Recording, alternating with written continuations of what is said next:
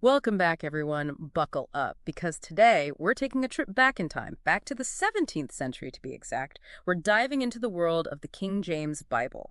We've got some really cool excerpts from a document all about it, plus a few images from the original 1611 edition. It's pretty amazing when you think about it. This book, after over 400 years, it's still shaping our language, literature, even how some of us think about the world. Yeah, it's wild. Some of its phrases are like so familiar, almost woven into our DNA. So today, we're going beyond the surface. We're uncovering why the King James Bible became so influential. Where did it come from? What were the motivations behind it? Was it really all about religion? Well, let's picture England in 1604. King James I, newly crowned. He commissions a new English translation of the Bible. But hold on, there were already English Bibles around, right? Like, what was the point of making a brand new one? That's a great question. The existing translations, they just didn't quite work for King James, for a few reasons, actually. The Bishop's Bible, the official version, it was kind of clunky, not very popular. And then there was the Geneva Bible. Favored by the Puritans, it had these annotations. And those annotations, they really got under the king's skin. Annotations, like what were they saying? Well, they were promoting Calvinistic Puritanism. And that, you see, clashed with the Church of England's doctrine and with King James's own beliefs. He was a big believer in the divine right of kings, the idea that his authority came straight from God. These annotations, they challenged that idea, suggested a more democratic way to run the church. So this new Bible, was it partly about power?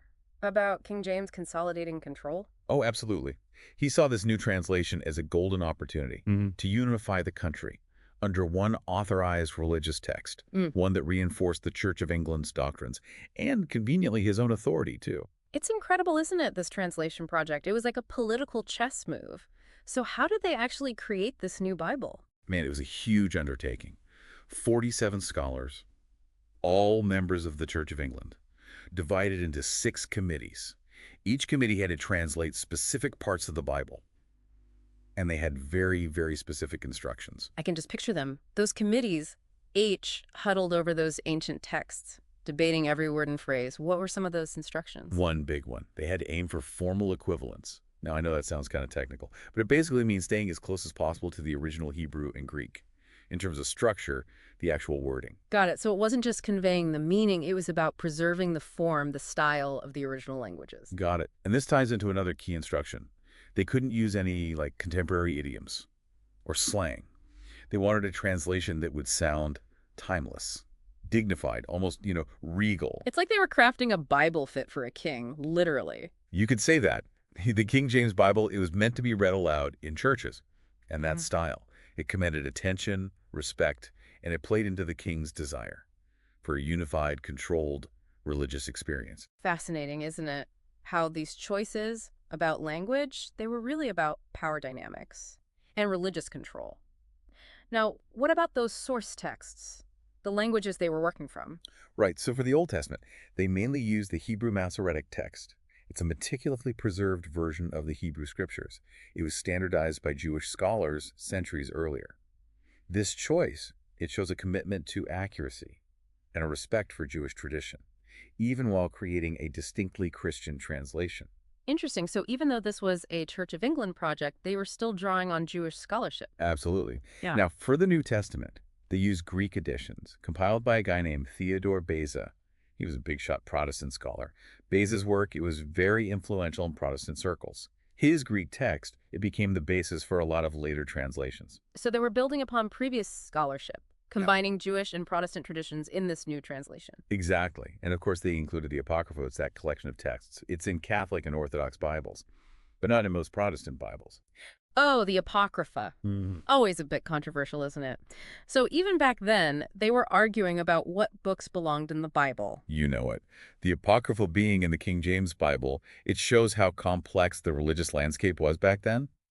King James himself, he was actually kind of on the fence about it. Sounds like this whole project was walking a tightrope, balancing different theological views, while also making sure the king's authority was front and center. And we haven't even talked about the printing process itself. Yeah, we haven't. The King James Bible, its creation was a multi-layered complex thing, and the printing process. That added a whole other layer of intrigue. It was a huge undertaking, remember, thousands of pages, intricate layouts, a brand new typeface, and of course it had to be top-notch quality. fit for a king, right? Right. That's something we've got to explore in our next segment because I'm sure there are stories there just waiting to be told. Oh, there definitely are. From printing errors that ended up making certain Bibles super valuable, to the sheer size of the project itself, the whole thing is a window into the time period and how important this new translation was. Stay tuned for part 2. All right, so we've set the scene.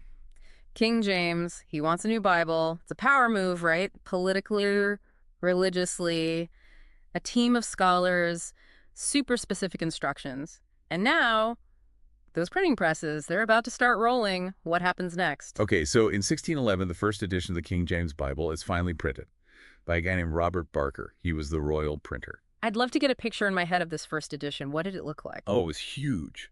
It's a massive volume, printed in black letter typeface. That's that Gothic-looking style. You see it in a lot of older books. It was definitely not something you could just, slip into your pocket. Definitely more at home on a lectern.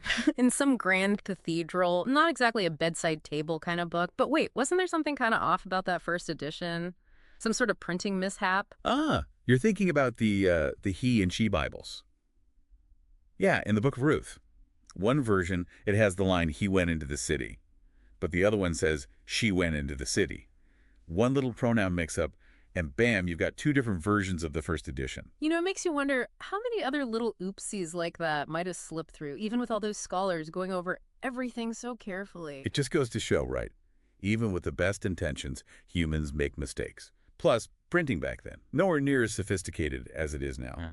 But, these little variations, they actually tell us something interesting about the whole process. Like what? Well, they show us that back then, they didn't have this super rigid idea Yeah. of one single perfect text set in stone.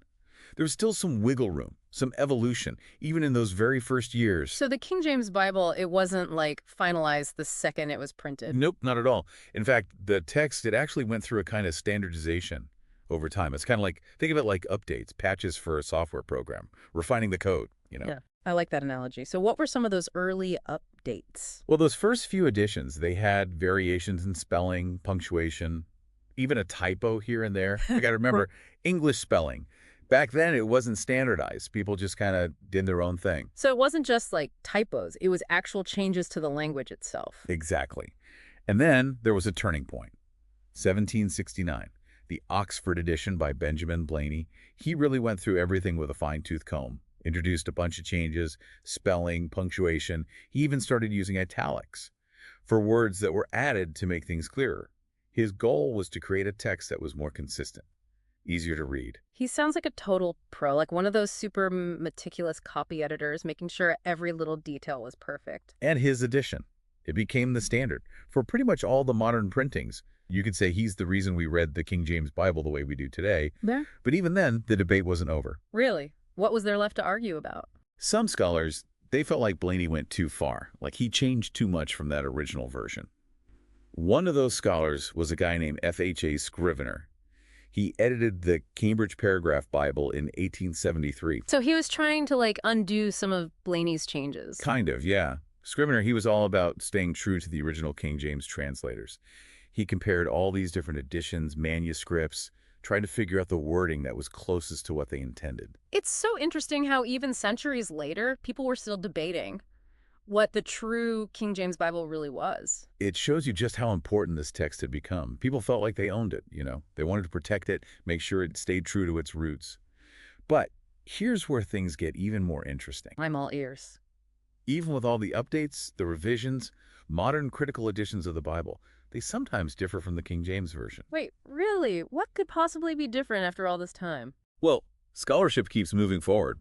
Since the 17th century, we found even older manuscripts, more reliable ones too, than the ones the King James translators had. It's kind of like archaeologists, right? Finding a whole new layer of civilization, revealing more about the past. Exactly. And these new manuscripts, they sometimes have different readings, different nuances, things that just weren't available back in the 17th century.